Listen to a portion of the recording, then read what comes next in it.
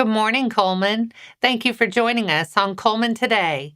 I'm your host, Christine Wiggins, and today is Monday, June 1st. Coming up on Coleman Today, authorities are investigating after a fire turned fatal, leaving a local community looking for answers. Plus, Good Hope City leaders are reviewing drainage concerns after heavy rain brought flooding issues across part of the city. And Coleman City Schools could soon have a new principal at Holly Pond High School, as Superintendent Shane Barnett recommends Adriana Skutchan for the role. All of this plus sports, weather, and more. Now let's take a closer look at the top stories happening in Coleman today. A local woman died Friday, May 29th, following a house fire at a residence on Mize Road.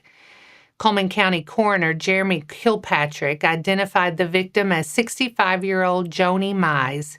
He said she died at UAB Hospital. Coleman Fire Rescue and Fire Marshal's Office are investigating. More information will be shared as it becomes available.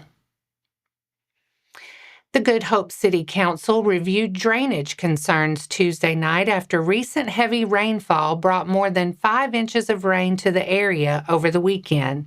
Council members discussed flooding in low-lying areas, ditch maintenance, aging drainage infrastructure, and challenges involving private culverts. During financial reports, the council also reviewed grant reimbursements tied to a USDA-funded project, alcohol license revenue, and accounting transfers between city funds. Members discussed looking more closely at monthly expenditures during future work sessions once reports are finalized. The council also received an update on the city's new wastewater treatment plant. Officials said a valve issue was repaired by the contractor at no cost to the city. Additional reports included updates on street maintenance and parks and recreation activities, including youth sports tournaments affected by rain. The next regular council meeting is set for Monday, June 8th at 6:30 p.m. at Good Hope City Hall. Coleman County Schools Superintendent Dr. Shane Barnett is recommending Adriana Skutchan as the next principal of Holly Pond High School. Skutchan would succeed Dr. Nate Ayers, who has been named Assistant Superintendent of Russellville City Schools. Skutchan has 21 years of experience in secondary education as both a science teacher and administrator. She previously taught science at Good Hope High School, then served as assistant principal there for 3 years before joining Holly Pond High School as assistant principal. She holds degrees in instructional leadership from the University of West Alabama and a bachelor's degree in microbiology from the University of Texas at El Paso. She is also completing a doctorate in organizational leadership at Samford University with a focus on sustainable STEM education in rural schools. The Coleman County Board of Education is scheduled to vote on Barnett's recommendation at its June 11th meeting. Skutchan would officially begin July 1st. And AlDOT plans to close Interstate 65 northbound at exit 318 in Lacon for one night next week. Weather permitting, the closure will begin around 6 p.m. Tuesday, June 2nd, and continue into Wednesday, June 3rd, while crews repair the northbound bridge deck over the CSX Railroad. Northbound traffic will be detoured to U.S. Highway 31. Passenger vehicles can use Thompson Road in Hartselle to return to I-65, while commercial traffic must continue north to State Route 67 in Decatur and return to the interstate in Priceville. Wide loads should detour at exit 310 in Coleman. And that's all for our top stories this morning. Coming up, the 2026 All-Cullman County softball team is out, with Good Hope leading the way after its county championship season. Sports is next.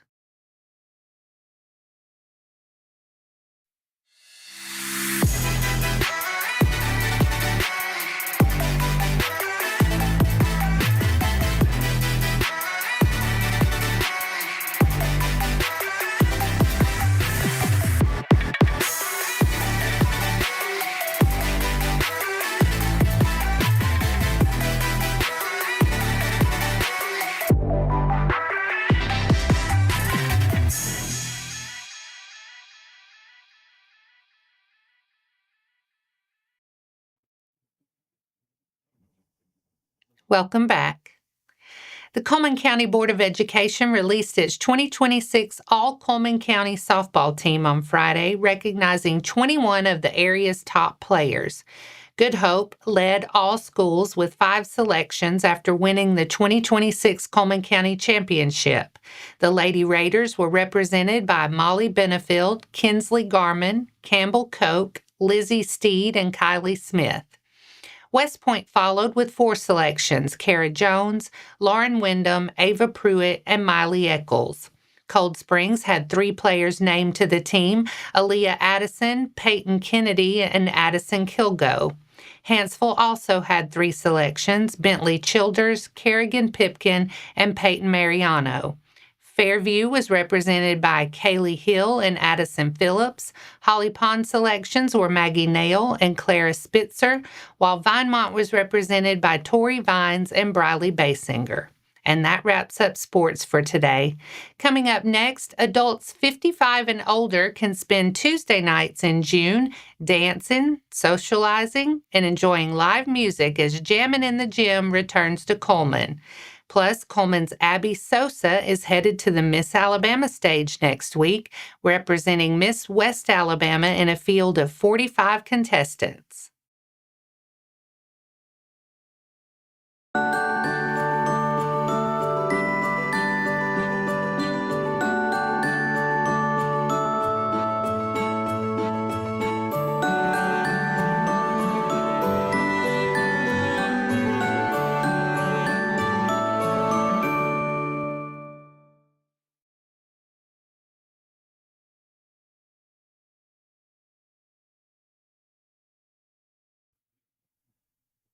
Welcome back. Now it's time to speed things up with a news rundown. 4 stories in under 4 minutes.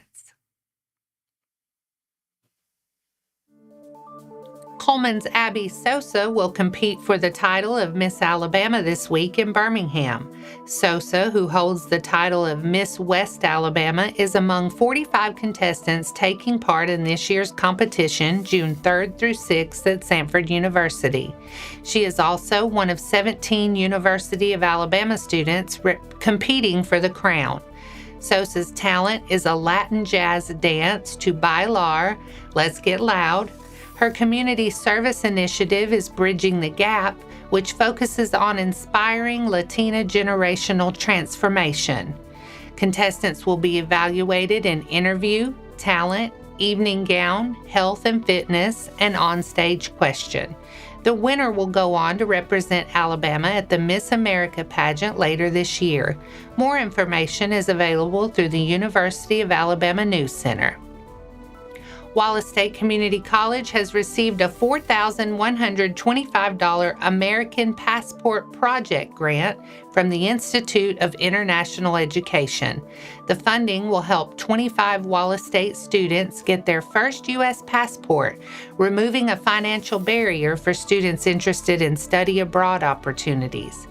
Each selected student will receive $165 to help cover passport application fees and related expenses, such as photos, transportation to a passport facility, or mailing costs.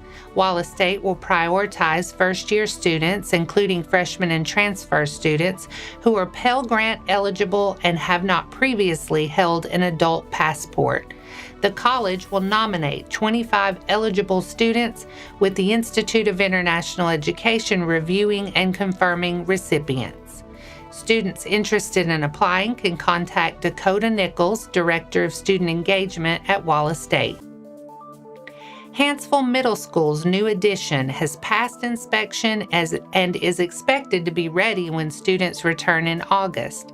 The expansion includes 6 classrooms, meeting spaces, and a library and a new front office. School officials say the project will help with growing enrollment and give students and staff more room. Hanceville Middle School Principal Elizabeth Watwood said the addition addresses needs that have grown over the last several years, including special education teachers having to share space in portable buildings.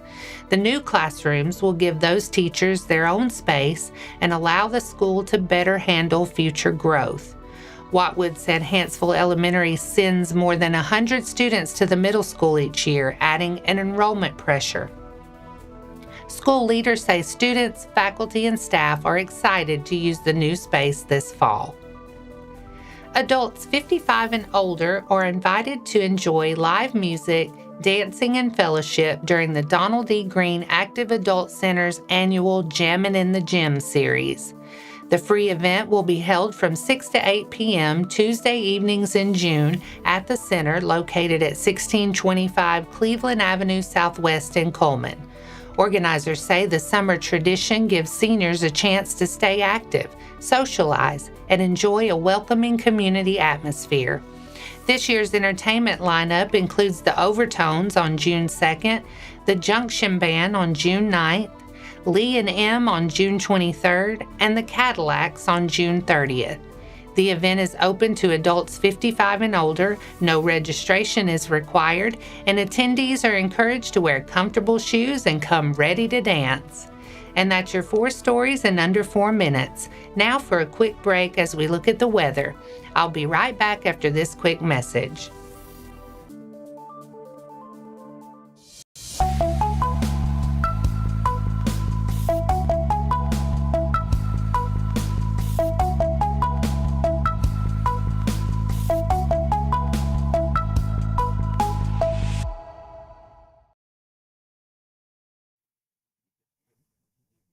Now let's take a look at your weather forecast. Today starts with some fog, then we'll see a slight chance of showers throughout the day with a high near 83. Tonight stays mostly cloudy with a chance of showers and storms and a low around 64. Some patchy fog is possible late tonight. Tomorrow looks much better with mostly sunny skies and a high near 81. Tomorrow night will be mostly clear and cooler with a low around 56. And that wraps up today's edition of Cullman Today. Thank you for sharing your morning with us. And remember to stay connected by following us on social media and visiting CullmanTribune.com for the latest from our community. We'll be back bright and early tomorrow morning at 6:30 a.m. Until then, I'm Christine Wiggins with Cullman Today. Have a wonderful day, Cullman.